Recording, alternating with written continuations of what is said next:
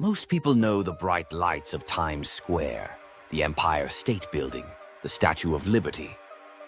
But far fewer know that under those sidewalks, cafes, and crowded subways lies a second city. A darker one. A quieter one. A city of the dead. For centuries, New Yorkers have built their world on top of forgotten cemeteries, plague pits, and underground tombs. And in some cases, they didn't even bother to move the bodies first. Because why would they? Real estate is expensive. Let's be honest, New York rent is so high, even ghosts can't afford to move out. They're locked into their crypts with a 300-year lease. Tonight, we're going beneath Manhattan, into its catacombs, crypts, and abandoned tunnels, to uncover a history that's as unsettling as it is fascinating. But don't worry, I'll keep the lights on. At least until they flicker. The catacombs of old St. Patrick's. When people think of St. Patrick's Cathedral, they picture the massive Gothic landmark on Fifth Avenue. But the original St. Patrick's Cathedral still stands downtown on Mulberry Street. And underneath it lies something most tourists never see, a labyrinth of crypts and catacombs built in the early 1800s. Here, New York's most powerful Catholic bishops, priests, and wealthy families were laid to rest. Elaborate chambers were carved beneath the church, some decorated with marble, iron gates, and family crests. Others were simple stone vaults sealed with nothing more than brick. During the anti-Catholic riots of the 1830s, angry mobs tried to burn the church down. Priests defended the building, some say guarding not just the living, but the resting dead below. And here's where the legends begin. Visitors report cold spots, strange whispers, even the sound of hymns sung in empty corridors. Tour guides swear candles sometimes blow out by themselves, even when there's no draft. Which, look, if I'm in the dark and a candle blows out, I'm not saying a prayer. I'm saying goodbye. But it's not just ghost stories. The very walls themselves tell a tale.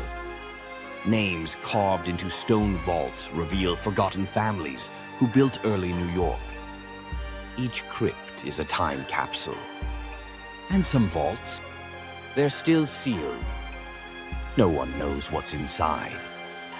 Hopefully not a 200-year-old priest with the world's longest overdue sermon. Immigrant burials and hidden graves, New York wasn't just the city of the rich. It was also the city of the desperate. By the mid-1800s, immigrants poured in from Ireland, Italy, Germany, and beyond. But poverty was brutal. Disease was rampant.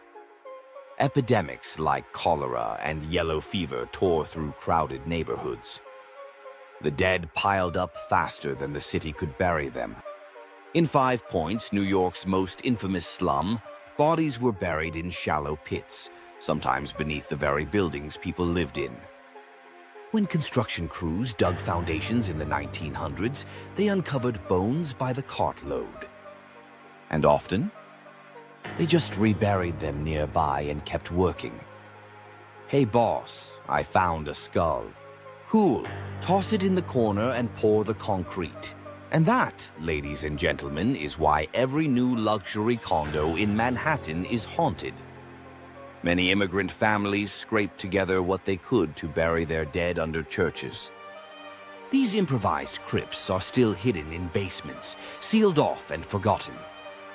Watchmen and laborers have long told stories of shadowy figures near old construction sites, especially when bones were disturbed. Were these restless spirits? Or just guilty consciences? Either way, it leaves you with a chilling thought. How many apartments, shops, and subway lines in New York are built directly above someone's grave? Subway secrets and mob tunnels. Now let's head into another underground world, New York's abandoned subway stations and hidden tunnels. When the subway first opened in 1904, it was a marvel of engineering. But as lines expanded, old stations were abandoned, sealed, and forgotten, The most famous is City Hall Station, a stunning vaulted tunnel with chandeliers and arched ceilings. Closed in 1945, it sits in darkness beneath the city. You can't get in unless you're brave enough to ride the 6 train past its final stop and catch a fleeting glimpse through the window. Urban legends say some of these tunnels connect to church crypts and even mob hideouts. During Prohibition, gangsters supposedly used them to smuggle booze, stash money, and, if rumors are true, bodies. Imagine the mob using the subway tunnels. Hey Tony, take a left at the 4 train, dump the body at the 14th Street station, but watch out for rush hour. Some explorers claim to have found bricked-off chambers filled with crates, old bottles, even bones. Were they mob victims? Or just unlucky vagrants who wandered too far? The deeper you go, the stranger the stories get. Secret societies allegedly held meetings in sealed tunnels. Rumors swirl of an entire underground neighborhood, a place where workers once lived, ate, and even worshipped, now abandoned. And then there are the mole people, communities of homeless New Yorkers who made the tunnels their permanent home. Whether myth or reality, their presence adds another eerie layer to New York's underground. Plague pits and forgotten parks, what's creepier than a hidden crypt? How about an entire park built on top of 20,000 bodies? That's right.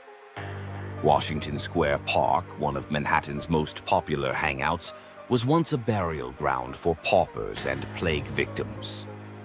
In the late 1700s and early 1800s, it was New York's Potter's Field, where the poor, the unknown, and the diseased were laid to rest.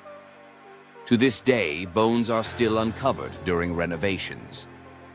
Construction workers in the 1960s dug up skeletons beneath the fountain. And in 2015, archaeologists found 2 massive burial vaults containing hundreds of remains. And yet, NYU students still do yoga there. Honestly, that's dedication. Hey, don't mind me stretching over this 200-year-old cholera victim, but Washington Square isn't the only one. Madison Square Park, Bryant Park, even parts of Central Park were once burial grounds. Think about that next time you sit on a bench eating a pretzel. Legends, myths, and modern ghosts. So what do all these catacombs and crypts mean? Some believe New York is built on thin ground, places where the barrier between the living and the dead is weakest. The constant construction, the digging, the movement, it disturbs what should be left in peace. Paranormal investigators say the catacombs under St. Patrick's hum with energy. Some psychics claim to feel hundreds of eyes watching them in the tunnels. And New Yorkers themselves? They've grown used to it. In a city where people live shoulder to shoulder, why wouldn't the dead be just as crowded? Ghosts in New York don't scare people. They just annoy them. Great. Another guy bumping into me on the subway. Oh wait, he doesn't even have legs. But maybe that's the true horror. Not the idea of one ghost in the dark, but the thought of thousands, all beneath your feet, all waiting, all still part of the city that never sleeps. So now you know. The forgotten catacombs of New York are more than just creepy stories. They're history, hidden under layers of concrete and neon lights. Next time you walk down a Manhattan street, stop and think. How many lives were lived and lost beneath where you stand? And if you ever hear footsteps following you on a quiet night, just hope it's a living New Yorker. Because trust me, the living are scarier than the dead. Especially if you make eye contact with someone on the subway. Don't do it. That's more cursed than any catacomb.